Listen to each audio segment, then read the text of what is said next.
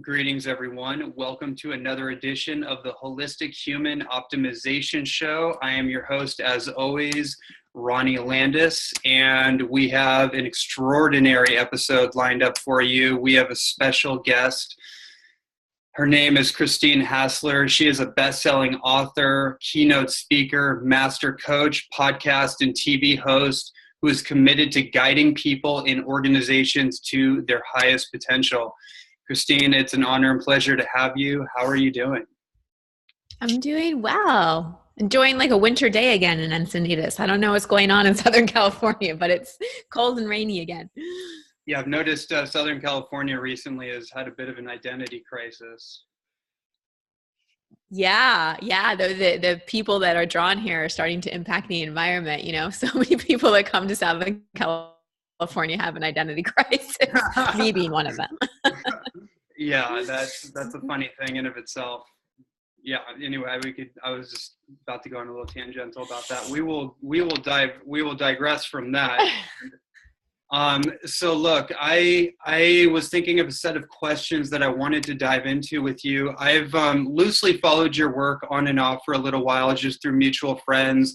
I became aware of you through your book, The Expectation Hangover, that I saw on my good friend Josh Trent's bookshelf when I was living with him. He's a podcast host, and he had you on his show a little while back. So that title popped out to me. I was like, Expectation Hangover. That sounds like a good topic, which is something I want to dive into with you. But I was looking at your social media today, and you were talking about something that's really near and dear to my heart, which is the whole phenomenon with the butterfly and the caterpillar. And so this is a perfect way to contextualize how I want to open up this conversation with you. One of the things you said in your Instagram post was the caterpillar does all the work, but the butterfly gets all the credit. And I'd love for you to actually maybe just share what you meant by that, because it's such a profound insight into the nature of transformation and the hero's journey that we all inevitably go through and are perpetually on. So I'd love for you maybe just to share a little bit about what you meant by that, and kind of we'll dive a little deeper. Sure. Well, actually, it was George Carlin who said it, the comedian. And I picked that particular quote because I wrote this passage about the caterpillar because I saw one on our walk. Actually, we were walking and Stefano saw it. And it's rare to see a caterpillar, especially at this time of year, and especially a monarch caterpillar because, anyway, we don't need to go into that. But, and all the like images and quotes that I saw about butterflies was like, butterflies fly, and like, what was once a caterpillar then becomes a butterfly, and all the quotes made the butterfly better. And I'm like, well, that just reinforces the misunderstanding that once you're through a breakthrough, it's better. And I think one of my frustrations of being in the personal growth industry for as long as I have, because my first book came out in 2005, is that a lot of people are sold on the fact that unless you're breaking through and unless you're flying, you're not there. And we've kind of attached this goal-oriented approach to personal development. It's like, break through, break free, fly, you butterfly, hustle, you're a unicorn, you can do it. And I think it's really misleading to people because, first of all, growth is cyclical, right? And we're never there. And there are moments where I have felt like a butterfly, like I have felt like, wow, I really got to the other side of a profound transformation. And then 4 months, a year, a week later, I'm like, oh, wow, I'm a caterpillar again, like creeping along.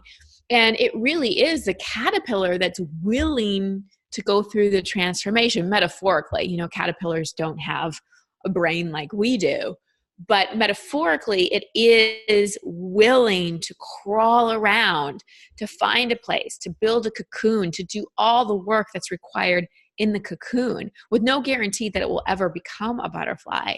And I think that is the important work that's not so glamorous work that often doesn't get talked about, is when we're in those caterpillar moments where we are on our knees, we are on the ground, where we are having panic attacks, where we are questioning who we are, where we feel like we're losing our mind, where we feel like our heart is literally going to break open, where we feel so alone, where we feel like no one understands us, like that we'll never get out of it. And I know very few humans, unless they're really good at suppression and distraction, that haven't had those moments. And it is a requirement of transformation. Now, do I believe that our whole life has to be hell? That we have to go through these hell moments to have transformation? No. I think that there are different dips. I think that we can transform through joy and gratitude. There's all different ways we can transform. And, I've had my rock bottom moments that I haven't ever gone below, those rock bottom moments that were game changers for me that I've never really had to go back to. Because luckily I've had teachers and guides in my own system that I've developed that has shown me how to really heal, so I don't have to go back and repeat things. But I've chosen the path of growth. So have you. Otherwise we wouldn't be talking. And my soul is here to evolve. So it's going to evolve as much as it can in this life. And that evolution requires those caterpillar moments. It's really a brilliant perspective. One of the things that I sometimes talk about in my lectures, my work has really been centered and focused on human optimization from a health and nutrition, physiological perspective. But over the years, it's been the intersection between the psychological, the emotional, the physical, and the spiritual, and bringing more of a holistic, humanistic perspective to what it means to be an evolved human being, and having those quadrants really integrated together, having more of a integrative and holistic conversation of the human experience and what it means to be an optimized human being. And as you know, and as you're brilliantly laying out, that's not a straight line, right? Nature doesn't operate in straight lines. It operates in zigzags and patterns and spirals, and it can look a bit messy. And one of the things about that particular thing with the whole butterfly chrysalis analogy is that, Bruce Lipton talks about the fact that built into that is something called imaginal cells. And so the way that I look at that is that built into all living organisms, especially the human being, there's these imaginal cells that are like evolutionary catalysts. So we're literally wired for evolution, and we're wired for transformation. And I kind of actually, before I go any deeper into my questions, I'd like to kind of get your feedback or perspective on what I just said, because if we can remember that when we're going through the dissolvement of our identity, of our ego, of our prior comfort zones, our relationships, or whatever it is, if we can keep that in our mind to the best of our ability, I think it means it's the difference between night or day, and in some cases, life or death. Yeah, absolutely. Well, what I hear you saying is really about entelechy.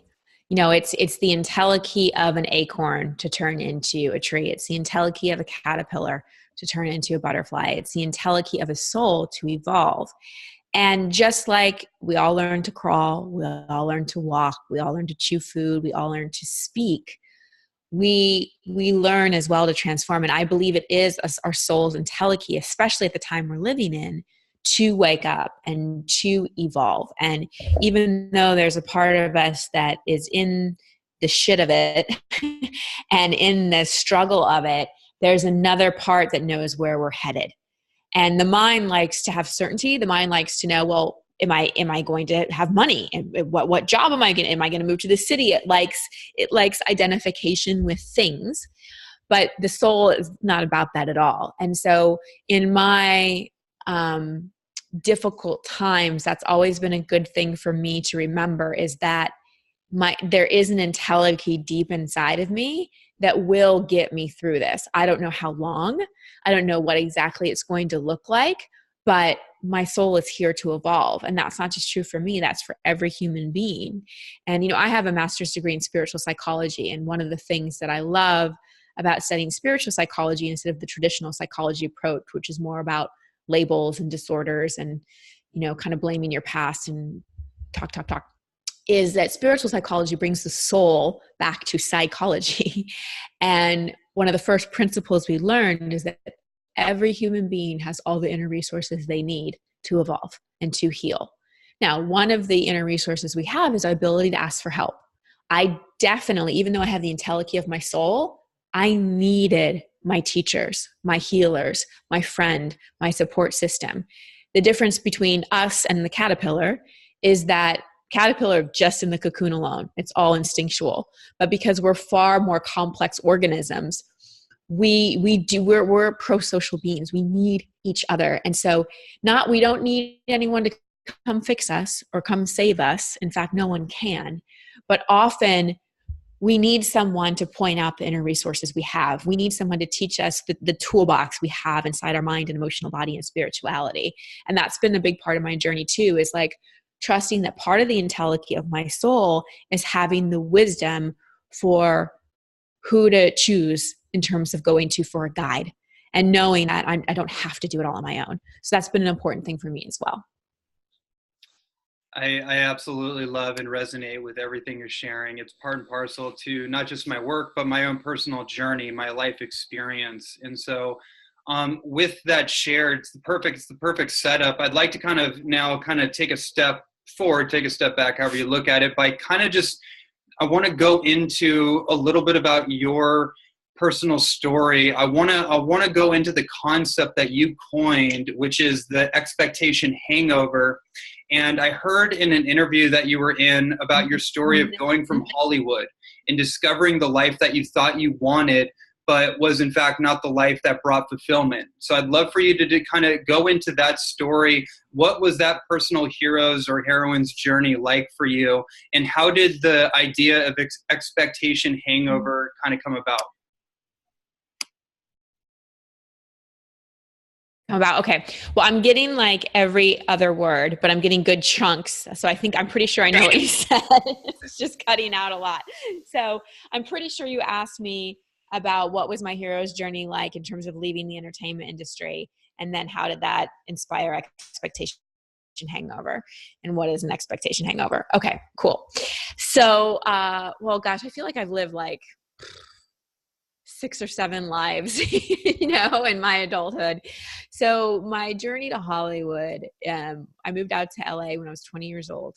And really, what drove me, I didn't know it, but what drove me was just massive insecurity. I really wanted to be somebody. And since I was teased and felt very alone as a kid, I never felt like I fit in. I never felt like I belonged.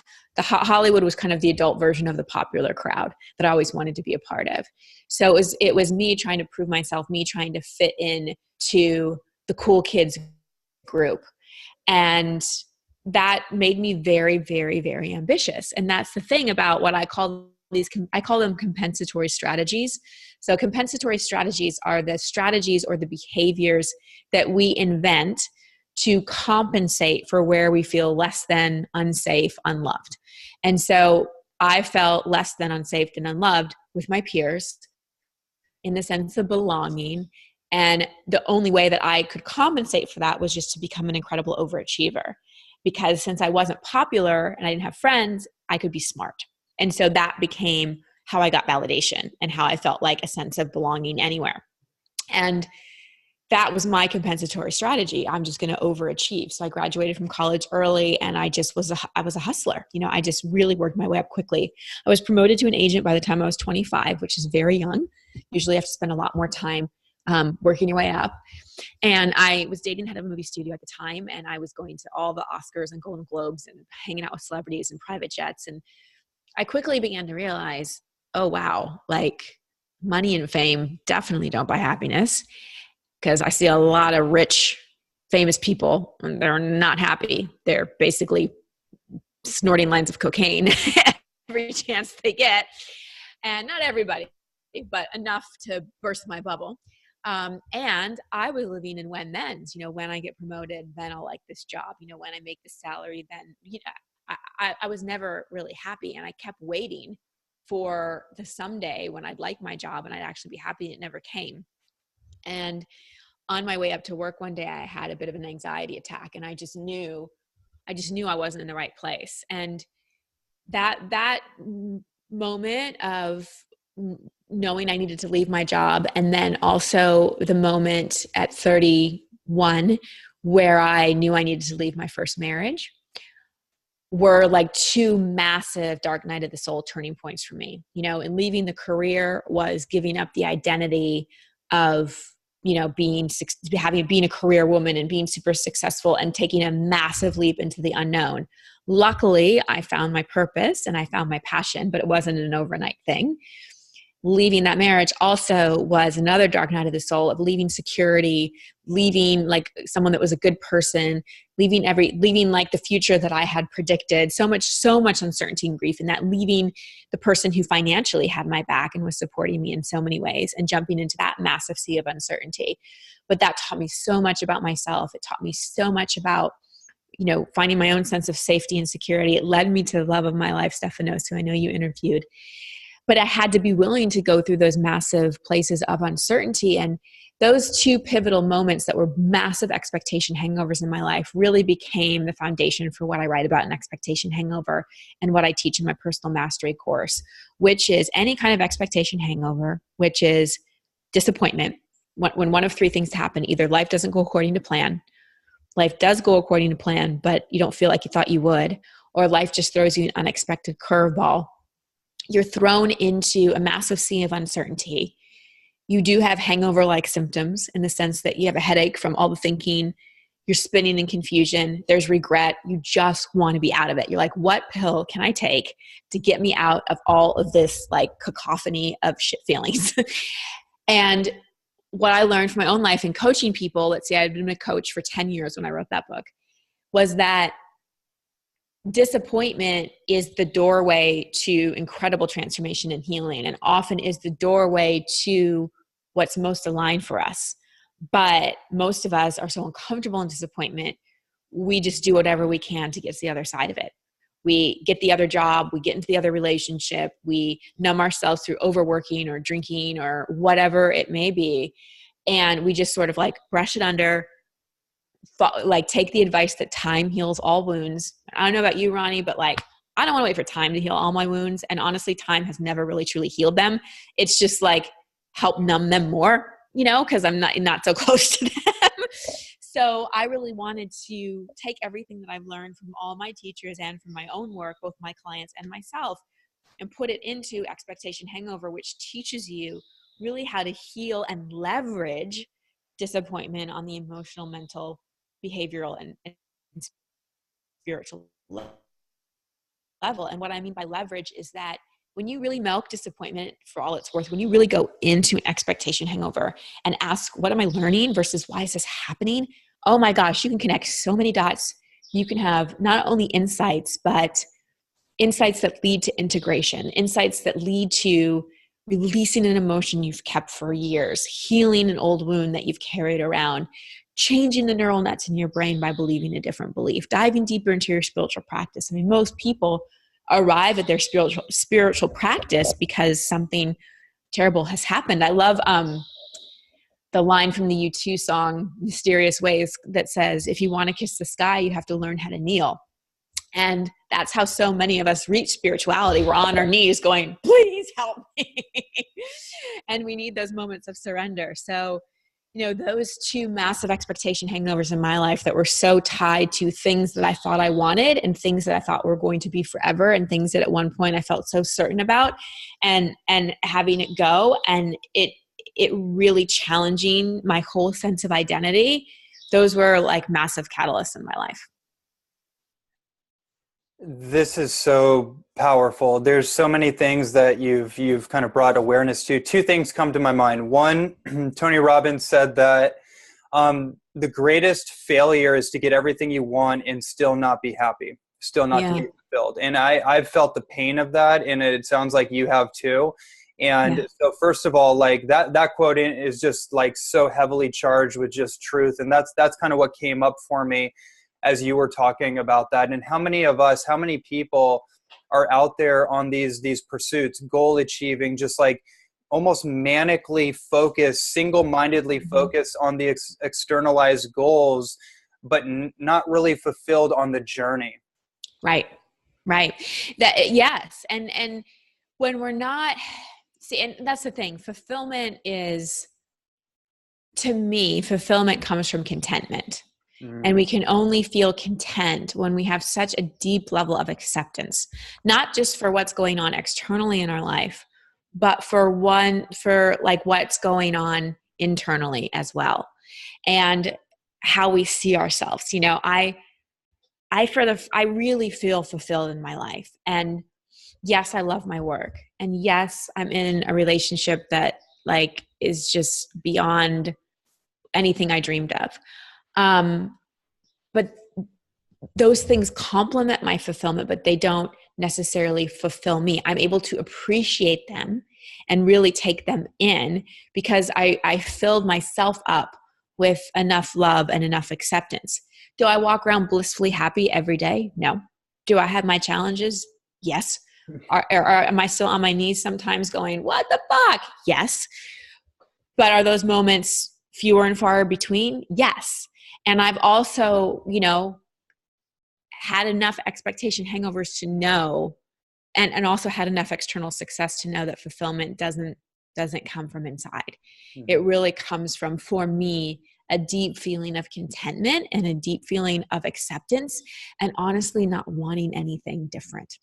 You know, I have vision, I have desires, I have ways I want to be creative. You could say I have goals, but I talk about this in expectation hangover. I pursue them with my secret sauce, which is high involvement and intention, but low attachment. Like, I don't want to die tomorrow. There's still more I want to do in life. But if I did, I wouldn't have a lot of regrets. You know, like I really feel deeply at peace with where I am in my life. Even, you know, when I'm going through hard times, there's still a peace. Mm-hmm. I've come to realize in my own life, and working as somewhat of a therapist, is like a non-clinical therapist, in a lot of cases, I've realized that peace really is the underlining,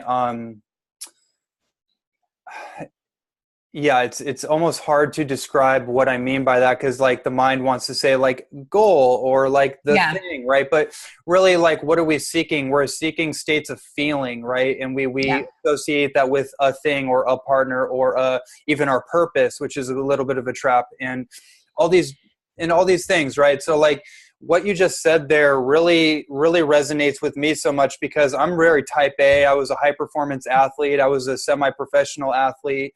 In training for that most of my life, I had a set of knee injuries, worked through it, but then my life diverted and took me on a different path, which has led me to what I'm doing now. But over the last 10 years, I've gone through hell and high water so many times, it almost is all blurred together. Yeah. And go ahead. No, it's just when you were saying, you know, peace isn't a goal, I really think peace is the entelechy of our soul. Like that's really it. You know, that's where the soul is headed. It just wants peace. And in peace, we feel love. We feel oneness. We feel, when we feel, everybody just think about times you felt peaceful. You felt peaceful when you felt love, when you felt connected, when you felt like there wasn't a problem to solve. There wasn't anything wrong with you. Your nervous system was calmed down. So I think if souls have goals, which they don't, but just to give it context, if a soul had a goal, I think that would be it. So maybe just a different way we can say it is that like really peace is the entelechy of the soul. That's what we're all here to realize again. Right. I want to touch on this thing that you brought up around the dark night of the soul. It's so interesting that came up in that phrase. I'm working on one of my third book right now, and that's actually the chapter I'm working on is literally the dark night of the soul. I was working on it last night, and I was thinking to myself about my own experience of that, and then looking at all the different experiences people have had coming out of a phase, because it's a phase, it's a cycle, right? And I think that's an important way to contextualize that, is that when you're in it, it's not forever, but it sure feels like it. And it's a cycle, and it's a necessary cycle of breakdown leading to reorder. It's almost like we go through these phases of disorder in order to reorganize our value system, so we can kind of like evolve to a higher order, which can actually lead us to what we really want, which is, I guess, underneath all of it is that peace. So I guess where I want to go with this is what was coming up for me, and one of the things that you said before, and I didn't want to forget it, was this sense that when we're brought to our knees, as you mentioned, a lot of times we can go through these doubts, right? Like in our society, it's not okay to be in doubt. It's not okay to be uncertain. It's not okay to get the wrong answer. And yet I feel like from a spiritual perspective and a mental health perspective, being doubtful about something is not a bad thing. It shows humility. And isn't that what we need? Because if we're not doubtful, then we're overconfident. And that I think is one of the biggest challenges in our world. So I'd like for you to actually speak to that perspective that you might have around the beneficial part of the breakdown and actually being brought to your knees. Yeah. Well, I think it's an unfortunate, necessary part of being human because, one of my teachers said that control is the universal addiction. And the grandest illusion is that we're all addicted to this thing called control, but really we don't have any. We have free will, we have discernment, we have choice, but anything could happen. We're on this podcast right now thinking we have control over it, but at any moment the internet could die, just as a minute example of how we don't have control. And so what I think having doubt is, and having these dark nights of the soul, it reminds us that we don't have control. And often we need that reminder to surrender. And, I don't know where consciousness is headed, but just in the spiritual studying that I have done, we are I think history will look back at this time as a time of reawakening, a time when consciousness rapidly shifted. Because if you think of how long we as humans have been alive, and if you just look at the last 100 years, it's really been only in the last 10 that there's been this kind of massive awakening. And so we're kind of as souls speeding up a little quicker. And those dark nights of the souls are not only required to keep us humble and to remind us we don't have control, but it's how the soul works stuff out. If everything's, as a coach, for example, no one comes to me and is like, Christine, everything in my life is really great. I'm totally happy. Nothing's wrong. I just thought we'd have a chat. People come because they've had an expectation hangover. Something isn't what they want, or they know that they've had dark nights of the souls that they've never really gotten through. And they've just kind of been like on crutches moving forward, hoping they're not going to like fall into another pothole.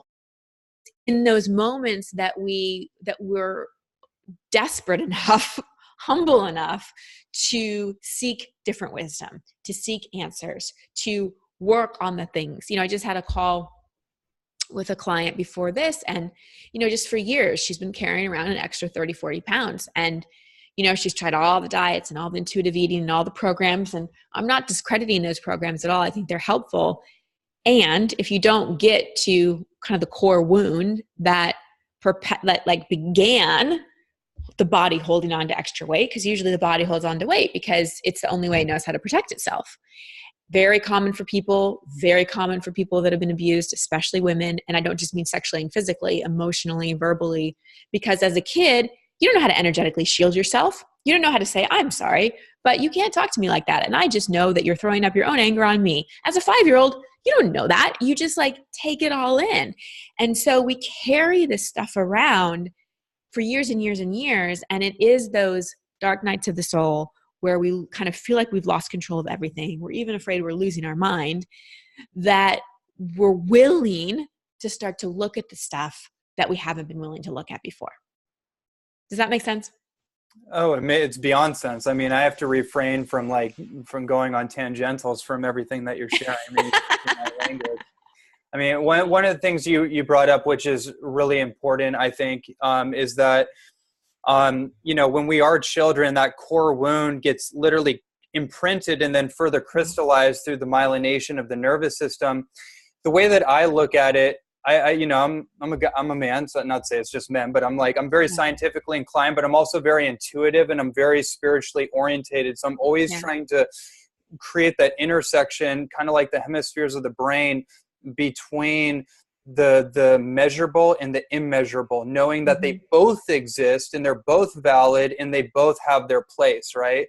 And so when we're children, it's almost like we don't have the capacity to process, as you said. So it's like that all that tension and that psychic information redistributes into the body, into the tissues, and over time, it just we can't process it. We don't know to shake it off. We don't know we don't know what to do. Most athletes, because I grew up in an athletic culture, most of the greatest athletes are some of the most wounded people, especially, you know, when you think about like the whole UFC phenomenon and football players, like the amount of trauma that people are carrying and trying to move unconsciously is, it's pretty profound. Yeah. And it just stresses the system out more.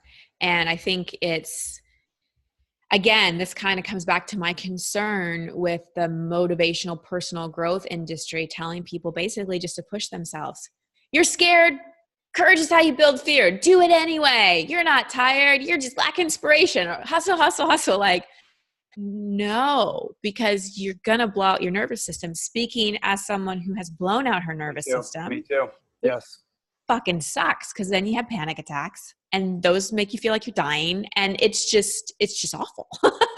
So, but sometimes, you know, I was someone that needed, I guess, to kind of blow out my nervous system, and that was another dark night of the soul, because I just thought I could just go. And that's the thing, we have these strong minds, and that's just like a little part, like we have this like 5% consciousness that runs 100% of the show, but really that we think runs 100% of the show, but really our unconscious programming and basically our nervous system and all the cellular memory is really running the show, not just in terms of our behaviors, but in terms of what we're attracting. So for instance, if you really want to date someone and you're on the apps and you've got your dating coach and your conscious mind is like, I'm ready to call this person. You have your vision board, you have your list and all that kind of stuff. Like your conscious mind might be like, yeah, I am nailing this. Like this person's going to come into my life. But unconsciously, if you have, you know, sexual abuse, you haven't processed, or a breakup, someone that broke your heart when you were 12 years old that you haven't gotten over, and you're still making that mean that you're not worthy, or you never got your mother's affection or your father's love.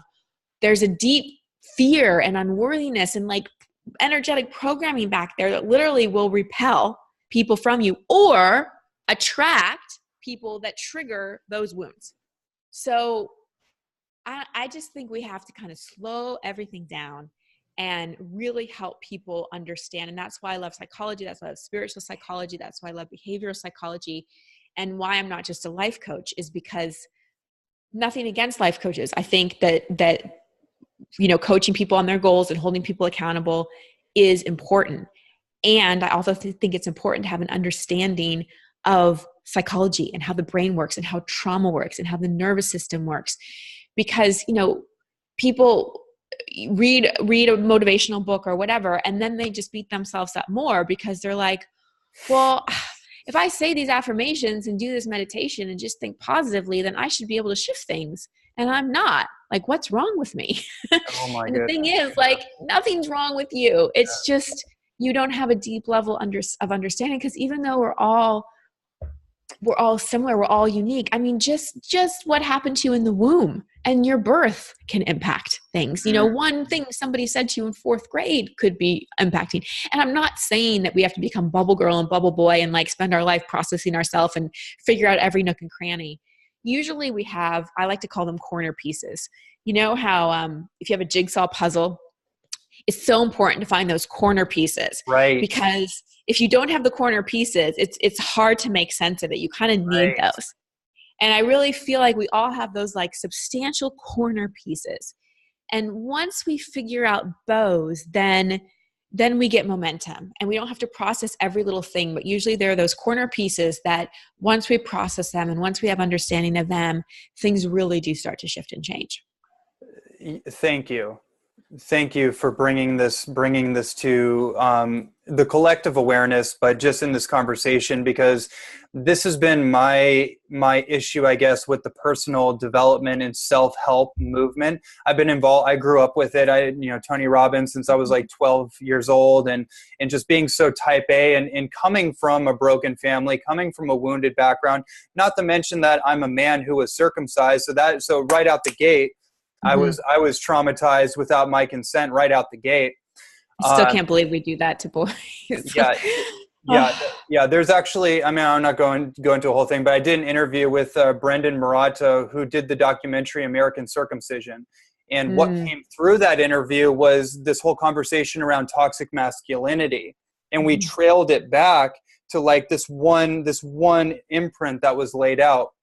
And so just to further reinforce your point, that I think it's valid to say, if you're a human being, you were raised by American parents, not saying anything wrong with American parents, but you're raised in the Western world, parents or no parents, you probably have some trauma.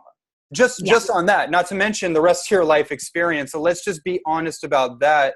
And what you're bringing up is so important, because what I've experienced in the personal development industry, although I'm so grateful for it, was also the sense that I was broken. The sense that I was, even this whole thing around alignment, like I believe in that, but like there's always this reinforcing thing of like, oh, if something's off or I feel off, that must mean I'm not in alignment. Right. Or if something bad happens to you, you've attracted it and you did something wrong. Right. Exactly. And so the narrative around it, I think, needs to change. And obviously you're really bringing a voice to that, which I just greatly appreciate. Yeah. And I think it's important in the path, like to be willing, you know, once we're willing to do the work and once we're humble about it, once we get curious about it, the answers start to show up. You know, they really start to show up. Like with me, with rebuilding my nervous system, you know, there were certain specific people and specific healers that are random, you know, because, you know, nervous system, you hear like get off caffeine and do breath work and get into nature, and all that's really important. But there were very specific things about my nervous system that I wouldn't have just gotten to on my own. But because I kept asking and I kept praying about it and I kept having compassion for myself and knowing that nothing was wrong, but also that like something felt off.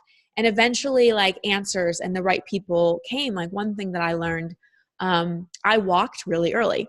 And that was always such a cool thing. My mom was like, you walk before every other baby and da, da, da. And that's so my personality, like, right? Like I'm over like what's next. Right. And now it's shifted. But what I learned is that early walkers, generally they're crawling does something to the nervous system that helps calm and soothe the nervous system. So early walkers often have a more fired up, prone to fight or flight nervous system response. Wow. And so I'm going to be doing these exercises with this brain gym play where I'm like going to be crawling on the floor and like helping repattern my nervous system. And so I hope that in saying this, I'm not like overwhelming people. And they're like, well, what's wrong with me? Mom, when did I walk? It doesn't matter. Just trust that when you're in those moments where you're in uncertainty and you're in doubt and you have a dark night of the soul, if you're willing and if you're curious and you don't go into I'm broken, what's wrong with me? Really just keep following the breadcrumbs and the right people will show up. The answers will show up. It might take longer than you want. It might not be immediate, but I've noticed that the more I move into acceptance with what's up for me, as much as I may not like it, often the sooner I'm led to the answers that really help. And then to keep in mind that the answers aren't a quick fix, you know, to keep in mind that, all right, great. This is another breadcrumb. I'm going to do this for a while, see how it shifts. And then, you know, because again, I've finally accepted the fact that I'm a human being and I'm going to continue to grow and evolve, you know, and not that there's always going to be something, but whether it's something that is an expectation hangover that I didn't choose, or I'm just consciously choosing to up level myself, I'm always going to be growing. I really appreciate just how real and raw you are. And I mean, I couldn't agree more with everything you're saying. It's so just absolutely essential to just put out there. What came to me as I'm listening to you is that incremental movement creates quantum leaps, right? Totally. Like even when we look at the timeline of evolution and all kind of the malarkey around that, Darwinianism, all that kind of stuff, whatever your ideas around that are, I have a pretty diverse audience. One thing is pretty clear is that evolution appears to happen in quantum leaps, but it happens on a consistent incremental timeline, and then something happens, like the moment. So in other words, the momentum builds up, and then there's a spontaneous kind of shift in the environment or something, and a mutation or whatever. And then there's this quantum leap. So I think what ends up happening is that a lot of us, and this could be the expectation thing, is that we're expecting something to dramatically shift. Like, hey, I watched The Secret. I saw The Secret. So now it's like everything in my world is going to dramatically change, but it's like, no, that kind of doesn't work that way. Right, exactly. And it's interesting, like what you said about the quantum leap, I feel like that's what's happening in human consciousness. Mm-hmm. Like if you look at, human evolution, it's just been like, and then in the last, we'll say maybe 50 years, 10 years, whatever, it's like, and it's not like we just got here. Right. So we have to keep that in mind. And also, like, one thing that I keep coming back to is I'm so grateful to live in a time where, because if you think about it, even 50 years ago, when people were having a dark night of the soul, what options did they have? First of all, like, there wasn't Google, there weren't, therapists or anything. Like, what did you do? You just kind of had to endure it. And so I just think we're so blessed. And so as much as it's hell to go through, I always keep in mind, not as a spiritual bypass, but just as reassurance, I'm evolving my soul and I'm evolving human consciousness. Like, I think that anyone watching right now, because I know that your tribe, they're all light workers. They're all people that are waking up. They signed the contract coming in to be like, okay, I'm going to do the work in this lifetime. I'm going to help to evolve. A lot of them are probably looking for that contract right now. Yeah, they're like, I want to renegotiate some of these terms. Believe me, I'm in a bit of that phase by myself where I'm just like, whoa, can I see that contract again? Because I may want to save some things for the next lifetime. But then when I come back, I'm just like, no, this is what I'm here to do. And that's why it's so beautiful to have communities like this and to have people talking about it. And that's why I so openly talk about what I go through, because it's just so good to feel like you're not alone, and it's good to have, like, I was talking to this one girl on one of the calls, and because I do like group coaching calls and things like that. And she was like, basically was sabotaging everything in her life. Like, she'd get so far, but then she'd leave, and whether it be relationship or career or whatever. And that's a very common personality pattern for anyone who's had any kind of womb or early birth trauma, because it doesn't feel safe to be in the world. So they just want to leave. And it's also and so I asked her, I said, do you feel in your body? And she's like, no, I feel more comfortable in the spiritual world. And I don't feel connected to my body at all. Another common. So I said, what happened? And do you know if anything happened when your mom was pregnant with you, like when you were in the womb? And basically a very traumatic event happened, and I don't want to share because I don't want to display her confidence, but a very traumatic event happened when her mom was 7 months pregnant with her. And I was like, my love, this is why you're doing this, is because there's a part of your psyche that just does not feel safe to be in the world and is not fully here. And so I was able to, coach her and counsel her around how she can resolve that pattern and how she can be here. And I'm so glad that I've had the training that I have, and that I know that there's, so much more to every person than them just not having motivation, or them just not having the right thought process, or them just being scared. It's like, no, there's something deeper. And so I share this because I just want people to have so much compassion for themselves. And if you're in like a similar behavior pattern and you're getting frustrated and you're beating yourself up, just know that there's a reason you're in that pattern. Like, the sabotager thinks it's protecting you because it doesn't feel safe. Any of these things that we judge so much are the things that have been protecting us and the things that are keeping us safe. So, my mission is to just bring so much more compassion and understanding into personal development, because I think that it's kind of just gotten to a point where it's too forceful. It's a little too masculine. Yes. And that's not anything against the masculine. I love the masculine. I love men. I love my masculine. But we need to bring a little bit more of that that compassion and that deeper level of understanding, and that slowing down and really helping people find their corner pieces. I mean, again, I could not agree more. This is such an important thing. And, I find, like, for example, from a Chinese medicine perspective, when we look at the emotional interpretation of the different organs, when we look at the kidneys and the adrenals, we're looking at willpower, we're looking at courage, but we're also looking at fear.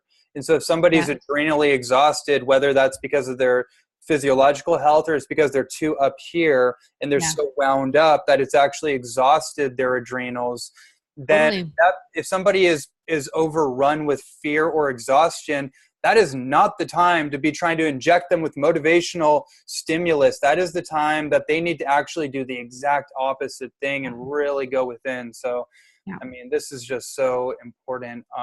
There's one thing I want to get your perspective on here. We were talking about the quantum leap, right? And one of the, so a further thought process I have is that once we do have those quantum leaps, right, because we can get addicted to peak experiences, right? Whether that's plant medicines, that's caffeine, that's anything that pumps us up to get through the day, or maybe we're looking for some form of enlightenment because we want to get out of the ditch. So we want to get that peak experience. But what happens, or I should say, how do we stabilize the quantum leap? Maybe we do have an expansion in awareness, or we get that, we get through the thermostat of the money breakthrough or the relationship.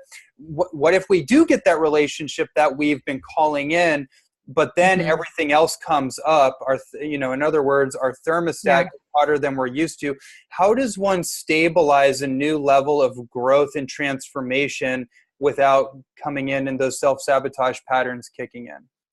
The self-sabotaging patterns coming in are just like blowing out your system, right? And I see that happen for a lot of people that go into plant medicine journeys and then get addicted to the plant medicine journeys because, but a lot of times it can be dangerous because it can blow somebody open too much before they really have like the bandwidth.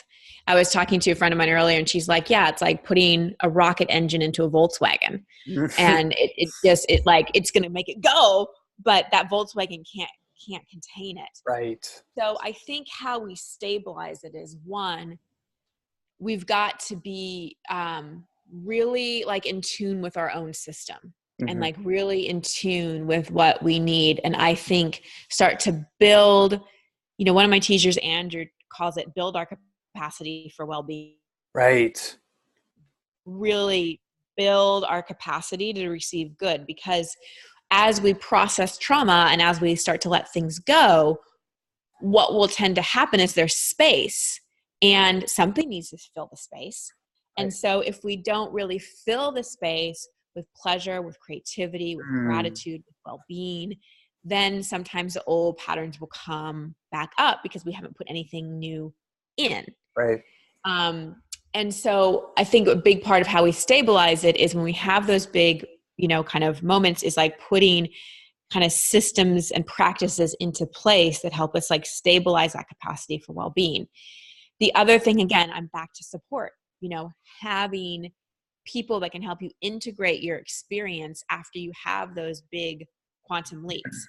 Because I think another thing we're talking about is upper limits. Are you familiar with upper limits? That's exactly what we're talking about. Yes. And I had that after, meeting Stephanos. Like when we got through the first 5 months of our relationship where it was like, and we really got into, oh my God, this is like really good. Not honeymoon phase good. Like really like you're my soulmate person. Like, and you're like the person I used to look up at the stars and talk to when I was 5 years old, And so it just makes me, but like it like I really, my nervous system really had to like get used to that and like let that love in. So I think a big part of it in terms of stabilizing it is knowing what's going on.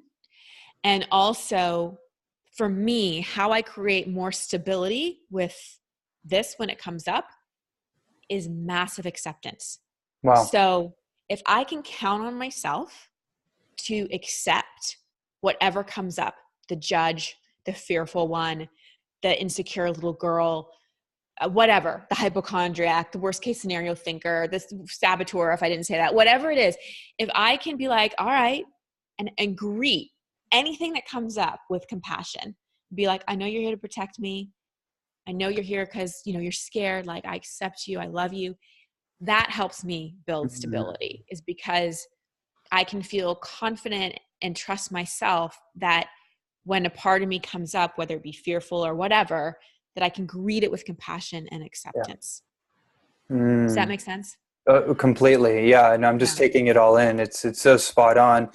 And that's one of the reasons I actually reached out to Stefanos originally, was because from a masculine perspective, I had no use for someone to tell me to just do more. That's the last thing I need to do, because I was doing enough of that on my own. I didn't need someone else coming in to reinforce that. What I needed was an actual embodied masculine example that reflected, I don't want to say a higher version, but an upgraded version that was as relatable to where I'm at, but also represented another level, because I've been bumping up against my own upper limits. And with all the knowledge and all the wisdom and insight around all of this that I'm immersed into, I'm really good at helping people move through their upper limits, like no problem. But when it comes to me, somehow I'm a more complicated science experiment with all these weird, interesting patterns and different personalities at different times in the day. And I needed that reflection, first of all, just to know that it exists. Yeah. Right. Just to actually see it in front of me. And then to the next step, which you've mentioned, is actually reaching out, which was a big step for me, reaching out vulnerable, saying, hey, brother, like, I respect you. I admire you. You're literally living what it is that I aspire to live towards in my own greatness. And I need help. I need support. And then having the conversation. And so that, you know, and however that shows up for us, it's, you know, I guess what I'm hearing is like, I'm hearing a lot, but it's almost like, what's coming up for me is that as we're going through these, we're bumping up against the upper limits, one way of saying it. It's really powerful to have an example or a model of somebody that has moved through their upper limits that we can relate to, that we can actually, you know, like, find the support, reach out for help. And then finally, what you said was putting in the systems to actually stabilize that. Yeah. To stabilize us, to ground us. And I think, again, it, like, I always come back to like my core, right? My belly, and do as much as I can to be like, am I even in my body right now? Right. Like, because so many of us, one of our strategies for keeping ourselves safe is, let me just leave the body. That's an easy one. We're just out there. And so, like, just coming, you know, back, and then the simple things. But again, I think that, especially after like a quantum leap experience, or, you know, for somebody that's just done plant medicine or something, you have somebody that can help you integrate the experience, and not just talk about it and talk about how beautiful it was or how many times you puked or whatever that may be, but like more about, you know, that can help you process it, you know, because it is medicine, and you don't go to your doctor. Well, in America, you kind of do, but in an ideal world, you wouldn't go to your doctor. They give you medicine and then they never follow up again. You know, the whole purpose of medicine is you test it, you see how it's working, you see how it's impacting you. And so I just think it's so important to do those things in really safe environments with really trusted people, and help with the integration process, because that creates stability. You know, when we have a quantum leap of any kind, or we hit our upper limits, we need those people to help integrate. I mean, I've had to reach out to my team, not my work team, but like my spiritual support team, to help me integrate this amount of love that I'm experiencing. And, you know, Steph's great because he's like a tree. He's my, you know, and it's interesting because, you know, we had our moments in our relationship where he kind of had a breakdown where he was quantum leaping, but he was, you know, in the falling apart a little bit. And I was really kind of holding for a while. And now we're more in a phase where he's really, really holding for me. And I think that that's beautiful. And like just the example that you shared, you hold for people and you have someone that holds for you. We're always like this, you know, one hand behind us and one hand in front of us. And that's the beautiful thing about humanity. And I think we need to put our egos aside and not just be the helper, and not just be the needy person that needs help, but just go, okay, whose hand am I holding behind me? And whose hand am I holding in front of me? And I'm always going to be both ways. And that helps me feel stable too, is I've got the people that I'm serving and I'm helping, and I've got the people that are serving and helping me. And there's great stability in that. Absolutely. The way that I heard it described at one point was that you have people that you reach up towards, people that you admire, and then you have people that you're able to bring up. So essentially, you have people that bring you up, and you have people that you bring up. So you're at the center of your own universe. Absolutely. And I feel like that's interesting. It's an interesting example watching you do that. It almost like, how do we get back into our centricity? How do we stay centered? Well, we're not an island, right? So if we're only kind of narcissistically in our own little bubble, then that can lead to depression and isolation, right? But if we're reaching out and we're holding people and we have people holding us, that kind of like, figuratively speaking, that to me actually is a new kind of perspective on like, how do we get and stay in our center? Well, yeah, because to me, it's like it's kind of like a cross, right? And it's the intersection of like the physical level world and the spiritual level world. And that's where balance really comes, is that connection between, you know, earth and sky. And that connection between the oneness and all that is, and the oneness that's inside of all of us. So it just like, I kind of like doing that because it centers me right here in my heart. And, you know, that my heart, my core is where I find that stability. Yeah, this is beautiful. I love talking to you. This has been an absolutely incredible conversation. It blew by so quickly. I know. There's so much more that I could dive into with you. I know we have a limited time frame, but I would like to, before we go into where everyone can find you, if they want to work with you, if they want to do one of your programs, they want to get your book, they want to find more of your information, I would love to kind of get a summation of this conversation, or what kind of valuable insights around all of this could you kind of distill for our audience as they integrate this? Well, I love what you said about, you know, we're not broken. You know, there's nothing to fix. We're not broken. We're spiritual beings having a human experience. And the entelechy of our soul is to evolve and ultimately to experience peace. And just know that any expectation hangover you have, any dark night of the soul, the entelechy of your soul will guide you through it. The more you resist the process by distracting yourself, by being a victim, or by being strong and just pushing over it, or numbing yourselves with drugs, alcohol, working, relationships, whatever, the longer it will take sometimes to start to find those, I don't like to say answers because there is no answer, but find those corner pieces, that breadcrumbs that lead to the next thing, that leads to the next thing. So I think that we can't prevent our evolution, but we can resist it.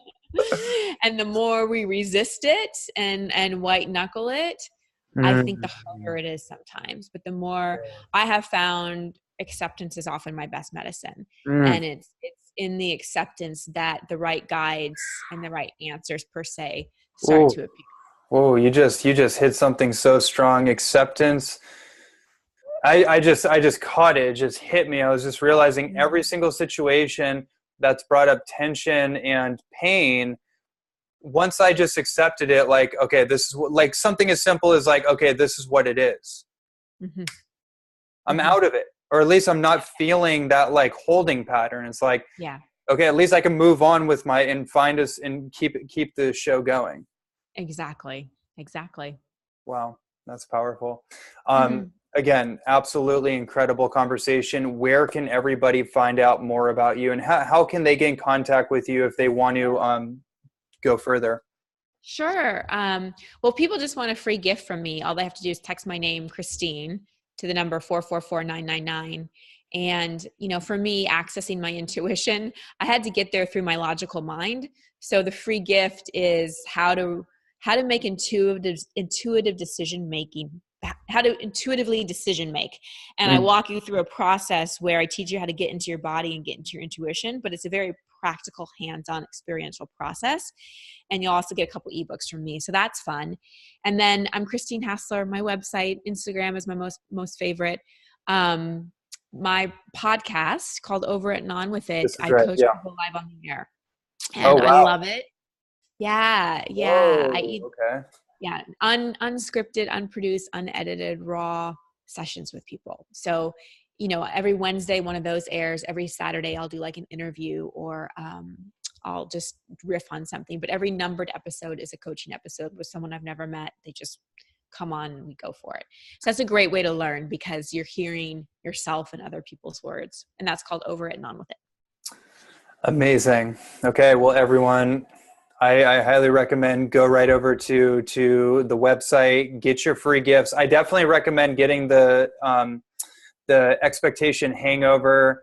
Definitely that. I mean, I need to actually hop on there and order that copy for myself, because I know there's going to be some nuggets in there that are going to be timely. So again, Christine, just so thankful for you making the time and sharing your wisdom with all of us. My pleasure. Thank you so much for having me, and thank you for the work that you're doing in the world. It is my pleasure.